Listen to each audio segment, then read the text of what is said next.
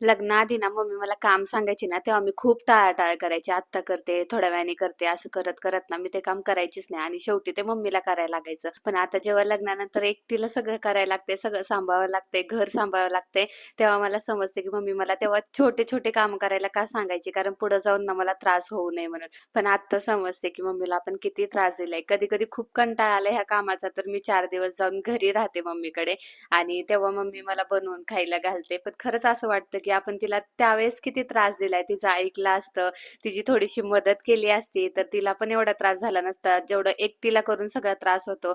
आणि इथे तर आम्ही दोघंच आहोत त्यामुळे काही वाटत नाही दोघांचं करायला, पण तिथे आम्ही चौघं होतो मम्मीकडे आणि मम्मीला आमच्या चौघांचं करायला लागायचं. असं आता गेले ते दिवस, पण आता मम्मी माझ्याकडे आली ना तर मी तिला काहीच काम करू देत नाही, तिला छान छान बनवून खाऊ घालते.